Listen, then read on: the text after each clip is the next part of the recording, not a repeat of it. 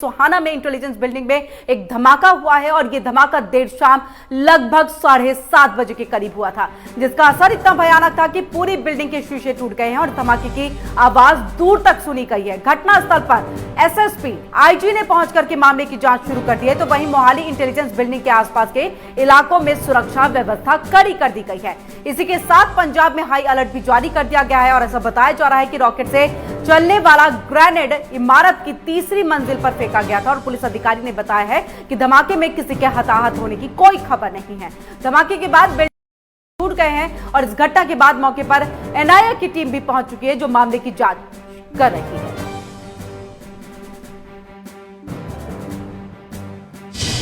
एक ब्लास्ट हुआ है, माइनर ब्लास्ट है और बिल्डिंग जो इंटेलिजेंस वाली है उसके ऊपर किया गया है बाहर से और कोई भी जानी नुकसान नहीं हुआ है। बाकी तफ्तीश चल रही है। सारे हमारे सीनियर अफसर यहीं मौके पर हैं और तफ्तीश जारी है। केस रजिस्टर साडियां एफएसएल टीमां मौके ते ने सारी मुकदमा दर्ज करके बाकी तो सवेरे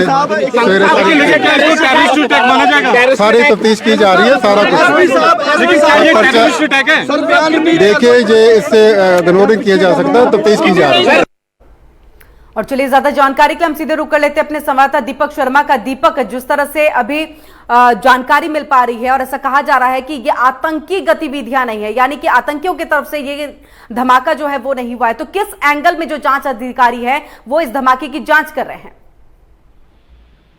जी बिल्कुल, अलग अलग थ्योरीज पर जो है जांच की जा रही है। हालांकि मामला भी जो है बताया जा रहा है कि सोहाना थाना में मामला दर्ज किया जा रहा है और ये कभी ये नहीं कहा गया कि आतंकी घटना से इनकार नहीं किया गया। खुद सीएम भगवंत मान भी किया गया है कि जिस तरह से ब्लास्ट हुआ है उसकी जांच की जा रही है और ऐसी किसी भी साजिश रचने वाले को जो है बख्शा नहीं जाएगा। इस तरह से भगवंत मान सीएम भगवंत मान की ओर से ट्वीट आया है और कहीं ना कहीं जिस तरह से पंजाब को दहलाने की, पंजाब में दहशतगर्दी फैलाने की कोशिश की जा रही है, पूरे पंजाब को इसके लिए हाई अलर्ट पर रखा गया है। जी दीपक, जिस तरह से आपने बताया कि मुख्यमंत्री मान जो है पूरे मामले पर अपनी नजर बनाए हुए हैं कि किस तरह से ये धमाका हुआ, आपसे हम एक बार फिर से विस्तार से जानना चाहेंगे तकरीबन कितने बजे की ये घटना रही? आईबी की बिल्डिंग में ऐसी राहत वाली बात है कि कोई उस वक्त था नहीं जो इसमें घायल हुआ हो, तो राहत वाली बात है, लेकिन अगर होता कोई तो कितनी बड़ी ये घटना हो सकती थी? इसको लेकर की पूरी जानकारी आपसे चाहेंगे। जी बिल्कुल, कल देर शाम जो है 7:45 पर, क्योंकि ये इंटेलिजेंस का कार्यालय है, पंजाब पुलिस के इंटेलिजेंस का कार्यालय है और उसमें और भी कई कार्यालय है और पंजाब पुलिस के बड़े अधिकारी जो है इस कार्यालय में बैठते हैं और शाम को ज्यादातर अधिकारी जो है 5 बजे तक ही बैठते हैं और ज्यादातर अधिकारी और कर्मचारी जो है इस वक्त तक निकल चुके होते हैं। शाम 7:45 के करीब की घटना ये बताई जा रही है कि जिस दौरान हमला किया गया। हालांकि जानकारी ये भी निकल के आ रही है कि दो व्यक्तियों पर जो है शक जताया जा रहा है जो कार पर आए थे। हालांकि आधिकारिक तौर पर इसकी पुष्टि नहीं की जा रही।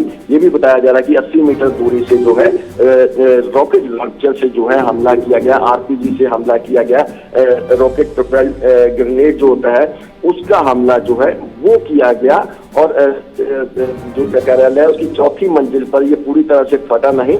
हालांकि जो आरपीजी की रेंज होती है, अगर आरपीजी की बात की जाए तो 700 मीटर तक इसकी रेंज जो है वो होती है और ज्यादातर आदमी इसका इस्तेमाल करती है और बख्तरबंद गाड़ियों को हटाने के लिए जो है इसका इस्तेमाल किया गया, उनको नेस्तनाबूद करने के लिए इसका इस्तेमाल जो है किया जाता है और इसका इस्तेमाल जो है इसमें हुआ है। हालांकि जांच जो है की जा रही है। थोड़ी देर में जो है एनआईए की टीम भी यहाँ पहुंचने वाली है। एनआईए की टीम की ओर से भी जांच की जाएगी।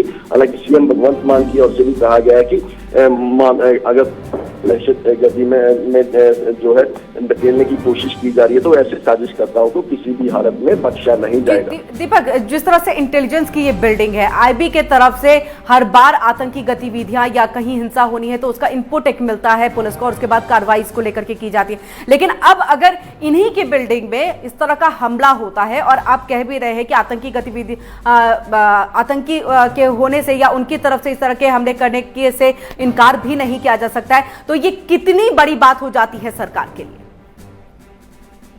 जी बिल्कुल, बहुत बड़ी बात होती है, क्योंकि इंटेलिजेंस की अगर बात करें तो तमाम जो घटनाएं पंजाब में होती हैं, चाहे वो पटियाला की घटना हो या तमाम घटना हो, तो पहले इंटेलिजेंस का इनपुट देती है, और इंटेलिजेंस की सुरक्षा ही कहीं ना कहीं सुरक्षा जो है उस पर कहीं ना कहीं लापरवाही बरती गई। ये कहीं ना कहीं बड़ी चुनौती जो है पंजाब सरकार के लिए होगी, और पंजाब पूरे पंजाब को इसके चलते अब कहीं ना कहीं हाई अलर्ट पर रखा गया है। और अकेला इंटेलिजेंस का नहीं, बाकी कार्यालय भी इसमें STF का कार्यालय है और भी कार्यालय है, पंजाब पुलिस के बड़े अधिकारी जो है इस ऑफिस में बैठते हैं, और इस पर कहीं ना कहीं हमला होना कहीं ना कहीं सवालों को घेरे में है सुरक्षा व्यवस्था। और इसको लेकर तमाम विपक्षियों ने भी हालांकि सवाल उठाए हैं, चिंता प्रकट की है, जिस तरह से हमला हुआ है, जिस तरह से धमाका हुआ है इस बिल्डिंग में, और उसको लेकर जो है जांच की जा रही है।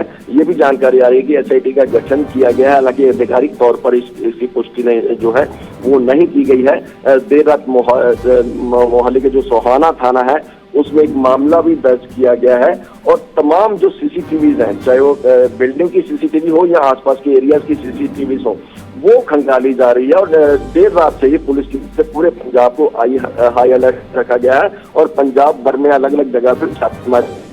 जी दीपक, हमने देखा है कि अभी तो पटियाला की घटना हुई, खालिस्तान एक बार फिर से खालिस्तानी एक्टिविटीज जो है वो वापस से पंजाब में बढ़ रहा है। अब ये आतंकी गतिविधियां जो है वो धीरे धीरे, क्योंकि इसके पहले RDX भी जो है वो बरामद हुआ है, तो इन सबको देखते हुए क्या सुरक्षा व्यवस्था को और ज्यादा पुख्ता करने की जरूरत है? क्योंकि आप ग्राउंड जीरो पे हैं, आप तमाम चीजों को समझ रहे हैं। इसके साथ जो केंद्र की तरफ से एक फैसला लिया गया था कि BSF का जो एक कार्रवाई करने का दायरा है उसे बढ़ाया जाए, तो क्या अब उसकी भी जरूरत पंजाब में पड़ेगी?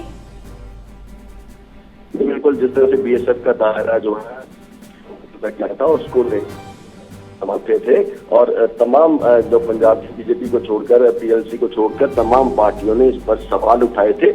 लेकिन जितनी भी घटनाएं हो रही हैं पिछले समय के दौरान, जितनी भी घटनाएं हो, चाहे वो ड्रग्स के मामले हो, चाहे वो RDX के मामले हो, विस्फोटक सामग्री के मामले हो, तमाम चीजें जो है पाकिस्तान से ड्रोन के जरिए जो है वो इंडिया में लाई जाती रही, पंजाब में लाई जाती रही। और अब भी कहीं ना कहीं ये मामला सवालों के घेरे में है। जिस तरह से पिछले दिनों में घटनाएं करनाल से आतंकी पकड़े जाते हैं, उनका संबंध जो है पाकिस्तान में बैठे रिंदा के साथ, रिंदा जो खालसा इंटरनेशनल का आतंकवादी है, उससे उनके संबंध पाए जाते हैं, और उनसे जो है भारी मात्रा में विस्फोटक सामग्री बरामद होती है। तरन तारण में जो है RDX पकड़ा जाता है, विस्फोटक सामग्री पकड़ी जाती है, 2 लोग जो है उसमें गिरफ्तार किए जाते हैं।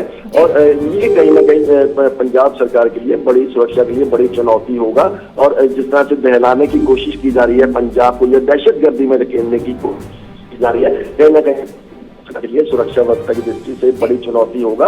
और लगातार CM चुनौती तो है, लेकिन चुनौती के साथ एक जो तकनीकी इस्तेमाल यहाँ पर किया जा रहा है। अब तक हम देखते थे RDX के जरिए एक बैग में RDX भरा जाता था और एक जगह छोड़ देते थे तो उससे ब्लास्ट हुआ, लेकिन अब जब ये एक रॉकेट लॉन्चर का यहाँ पर इस्तेमाल किया गया, जिसमें ग्रेनेड डाल करके जो दूर से है वो यहाँ पर तीसरी मंजिल पर फेंका गया है IB के, तो अब क्या तकनीकी स्तर पे भी पुलिस को आगे बढ़ने की और सोचने की जरूरत है, और तकनीकी स्तर पे ये समझने की जरूरत है कि अब हमें भी अपने आप को आगे बढ़ाना है, कुछ इक्विपमेंट्स हमें भी यहाँ पर रखने हैं ताकि इस तरह की और गतिविधियां ना हो? क्योंकि हम देख रहे हैं ड्रोन का भी बहुत ज्यादा इस्तेमाल हो रहा है, तकनीकों में आतंकवादियों ने काफी बदलाव किया है।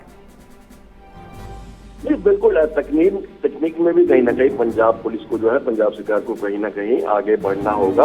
क्योंकि इससे पहले आपको याद होगा, अगर RPG की स्पेसिफिक तौर पर बात की जाए तो RPG का इस्तेमाल पठानकोट 2016 में हमला हुआ था पठानकोट बेस पर, और उसमें जो है RPG का इस्तेमाल हुआ था। हालांकि भारी नुकसान जो है उसमें हुआ था, लेकिन कल की घटना में गनीमत रही कि RPG का इस्तेमाल हुआ और बड़ा नुकसान जो है नहीं हुआ।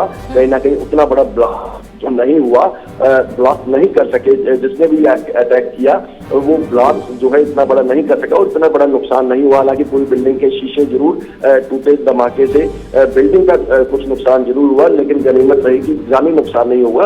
और ड्रोन का जिस तरह से इस्तेमाल किया जा रहा है, चाहे वो ड्रग्स की बात की जाए, चाहे वो हथियारों की बात की जाए, कहीं ना कहीं टेक्निक के सिलसिले में भी पंजाब सरकार को जो है, कहीं ना कहीं पंजाब पुलिस को जो है वो आगे बढ़ना होगा। बहुत बहुत शुक्रिया दीपक, तमाम जानकारी हम तक पहुंचाने के लिए। आगे भी अपडेट हम आपसे लेते रहेंगे, क्योंकि फिलहाल ये मामला जो है, ये जो धमाका हुआ है, ये जांच का विषय बना हुआ है। 2 लोगों पे फिलहाल शक है, लेकिन अभी तक इसकी आधिकारिक पुष्टि नहीं हुई है। लेकिन बता दें कि इसमें जो भी जानकारी मिलेगी आप तक हम पहुंचाते रहेंगे। अफसरों के संपर्क में है मुख्यमंत्री मान और पूरी तरह से नजर इस पूरी घटना को लेकर के बनाए हुए हैं।